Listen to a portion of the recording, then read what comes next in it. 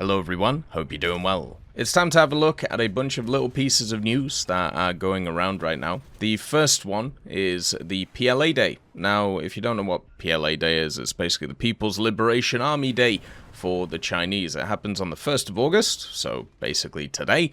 And in War Thunder, they are celebrating it by bringing back the Type 69-2A and also having a decal. The Ground Forces flag of the PLA you'll be able to get until the 5th of August, so basically over the weekend. This decal, all you have to do is play 3 battles using Chinese ground vehicles of rank 3 or higher, and you can get access to it. We'll have a look at the Type 69-2A, but also, in this video, we'll be having a look at some of the weapon systems the F-14 will get, and, on top of it, some more news about the new rewards coming in. So the Type 69-2A is kind of the vehicle they always trot out when it comes to these types of events for China, and it's not a bad vehicle, it works very well. It does have one issue with it that I personally have. So the Type 69-2A is rank 5, battle rating 8.3. And if you have a look at all of the other 8.3s in the game for China, they're all rank 6. The only one which isn't is the M113A1 TOW, which arguably should be a lot lower in BR than it is. So this being at where it is, if you actually have a look at some of the higher BR, premiums, the WAMAR and also the Type 69-2G or the T69-2G, they give you a much better kind of rank bonus when it comes to their research. So you're only able with this to research rank 6 and below, which is still the majority of the tech tree, which is really nice, but it just doesn't match up with the other 2 vehicles that you want to run with this thing. So it's just one of those that kind of has always irked me. The Type 69-2A has access to the standard 100mm Type 69-2 gun. It also gets a big old basic dishka on the top, gets smoke grenades. Its armor is very similar to your standard Type 59-69, very similar to the T-54. It's not really going to stop too much at 8.3. The nice thing about this gun is it does get the stabilizer, so that definitely helps it out quite a lot. And also, it gets the Heat FS with good penetration. This thing also gets an APDS, which is pretty good as well, one of the better ones in the game, but the Heat FS is definitely the one to kind of prioritize. The only thing it doesn't get is APFSDS, which is why it's lower BR than it is, and also, given the laser rangefinder, it means that you can engage from range, which is quite nice too. The vehicle, even though its armor isn't the best, can also be quite survivable. If you shoot it in the turret, basically the vehicle, it's very hard to one-shot it. You see the armor in the back here. This armor is never full because the first stage ammo storage is actually down here in the fuel tank. So if you hit the turret, it's really hard to take out all 3 crew members.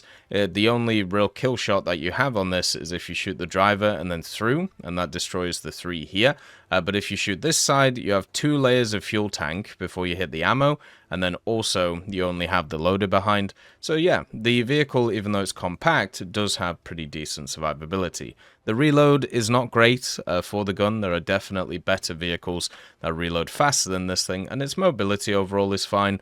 It doesn't have the best reverse, but it's good enough, I think is probably the way to put it. And also the targeting speed could use a bit of work too. But at 8.3 with a stabilizer, it will still be fine in order to get in on the target, and the laser rangefinder helps so much compared to a lot of other machines. So the vehicle has its perks, it has some nice stuff, and also it has a really good lineup around it. The ZTZ-59D1 is similar to it, apart from it has some advantages and some disadvantages. Obviously gets the Type 83, which is quite nice, but also is a bit more bulky, and the targeting speed is a bit rough. The PGZ-09 recently got its head ammunition, which obviously will help it quite a lot as an AA, and also very good thermals, and it has good backup from the air as well, with the F-86, F-30, and also the J2, which is the MiG-15. So this lineup is really nice for China, and it's something that I've talked about quite a lot. 8.0, 7.7, 8.3, 8.7, 9.0, all of these lineups are really nice for China, and they have very good vehicles in them.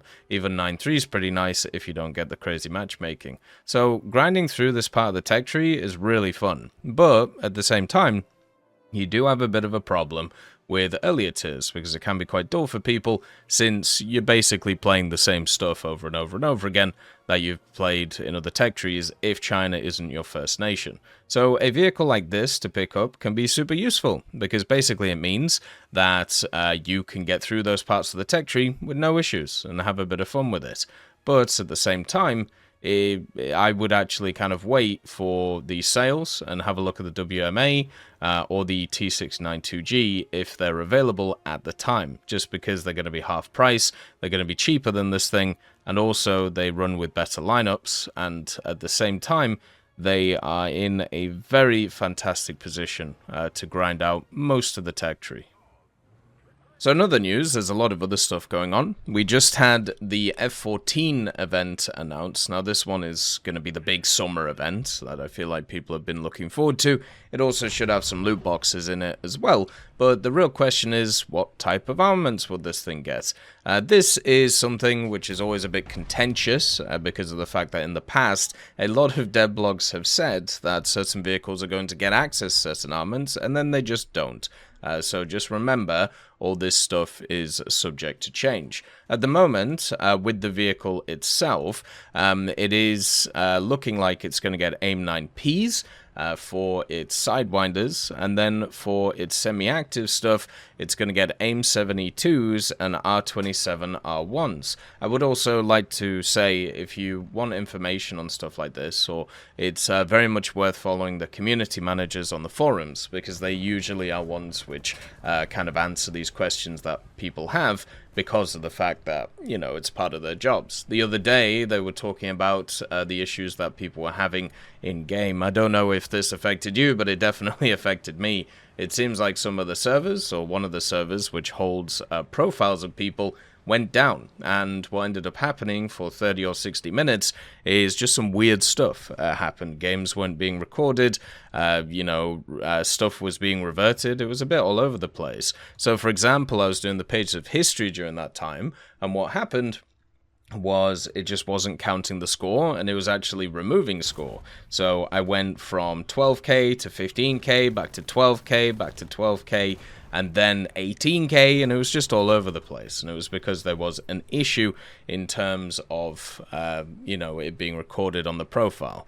Luckily, they got that fixed, but that's generally where stuff like that comes from. So this vehicle, the F-14, getting access to some of the best semi-actives in the game should be pretty fun. And also the Fakur 90. If you don't know what the Fakur 90 is, it's actually a Iranian missile which is based on the Phoenix itself. So it should technically be just a better version of the Phoenix, depending on how it goes out. Unfortunately, there isn't a ton of information about what the characteristics of this should have, but it should be pretty fun to actually see. And at the same time, another piece of information that has just been kind of wandering around, which, we've talked about a little bit, is the research bonuses for new nations. This is something which has, in general, been looked forward to for a long time by people like myself and others, because I think the way to approach War Thunder is to play as many nations as possible, get as much variety as you can in. So right now, the mechanics are currently live, I shouldn't say live. They are in live tests at the moment, meaning that there are people who are on the Gaijin team who are testing them right now on the live server. So they're going to give their feedback, and then they're going to basically go ahead with what should happen, and then go from there. So this mechanic is getting there. It's getting there slowly, and eventually it will be here. And hopefully in the next few weeks, we'll see it come in, and then we'll probably get a new roadmap with some more promises on it. What is actually more interesting to me at the moment is if we have a look at the roadmap itself, which is, obviously talking about a lot of the additions that are coming in. There is a huge amount of stuff which is supposed to come in before September ends, or before August ends, because it isn't designed for the kind of third update of the year. Instead, it's actually designed for the summer of 2024. So there's still a ton of stuff that we just haven't really seen a lot about, such as the detailed damage model for helicopters. Of course, they've talked about how they're going to add this, but never really done anything with it. A bunch of social features, which seem to be things that kind of get pushed back, so it wouldn't be surprising if that happens. And also, at the same time, the new reticle for modern tanks is something that, at least for me, I'm super interested in. We'll have to see if all of this stuff actually comes in the third major update, but it wasn't labeled as that. It was labeled as the summer 2024, and with the summer being over, you know, pretty soon, in about a month, there's a lot of work to do. So it'll be really interesting to see how they all cram it in.